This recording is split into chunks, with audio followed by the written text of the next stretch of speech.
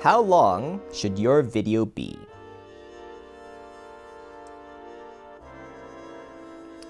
The answer is precisely as long as it takes to tell your story, and not a second longer.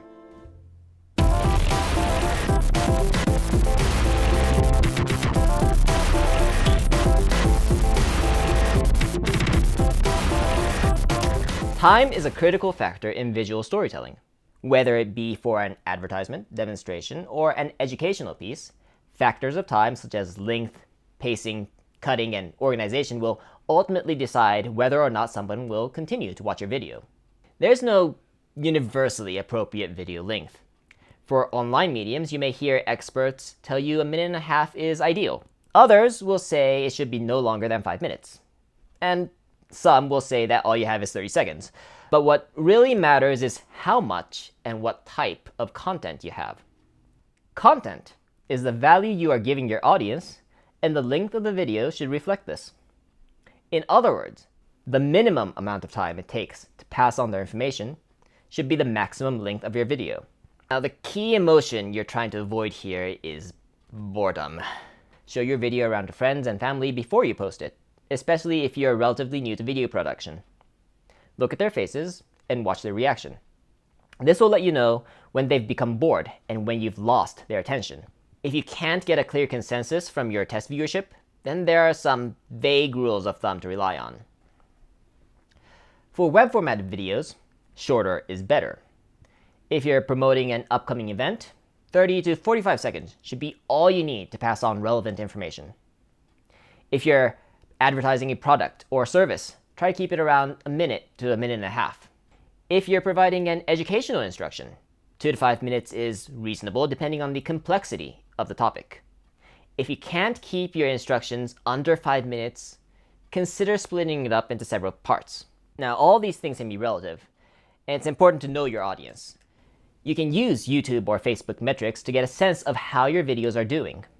There are great videos online which are more than 10 minutes long that gets plenty of views, shares, and likes. But the best chance of convincing a newcomer to click on your video is if they see a shorter runtime, like those I mentioned. Pacing is difficult to describe. It's something you have to develop a sense for. It's the tempo of your video, be it the beat of your key points or actions, the rate of transitions between ideas or scenes, the speed your content is delivered, and the time the audience spends waiting for something to change. Pacing is important for avoiding boredom, especially in longer videos. It means cutting out pregnant pauses and extraneous information that is unrelated, redundant, or just not as valuable.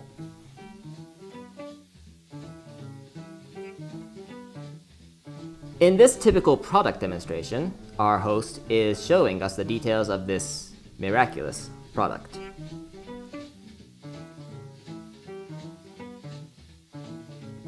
In the lower version, the pace feels slow and uninteresting. It takes longer to get the information across, and there's a lot of intermittent time where nothing of value is portrayed.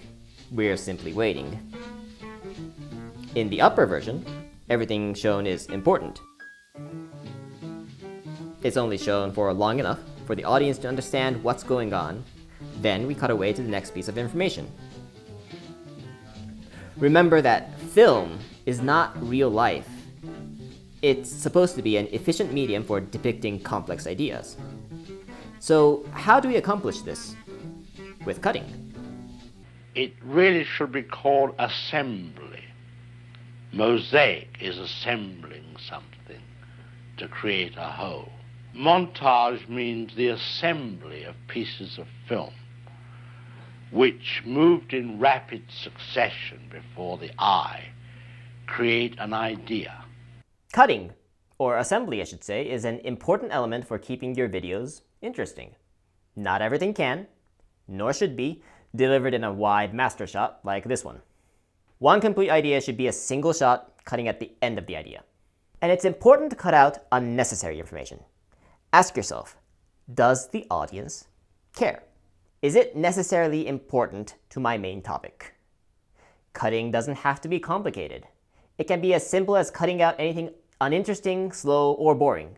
You don't have to change the angle or distance of a shot, and you don't have to cut away to something else to keep it interesting.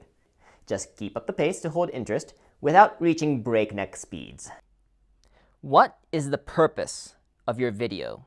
In one sentence, can you summarize what this video does? In parlance, what is its logline?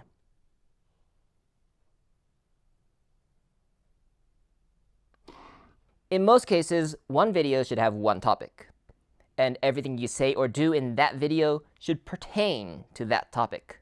Keeping a video organized and focused around a single topic is an excellent way to keep your audience's attention. The last element we need to talk about is your introduction and outroduction? Intros and outros. These are valuable ways to brand your video and produce a call to action. It's important to keep these short. In a 2-minute video, your intro shouldn't be longer than 10 seconds. It's already a large portion of your video that's not providing any information to your audience. People don't care about your animated title. They care about the content of your video. Nowadays, every YouTube channel has an extensive motion graphics intro on the front end. Brevity is the best way to stand out. Outros can give people more information, provide a call to action, suggest related content to help them learn more, as well as remind viewers to like and subscribe. But you only have a few seconds after your video is over before viewers click away. They've already received the information they were looking for, and they won't give much thought to anything extra unless you're immediately adding additional value. Well, that's all, folks. Hopefully now you have the tools necessary to keep your videos entertaining and snappy.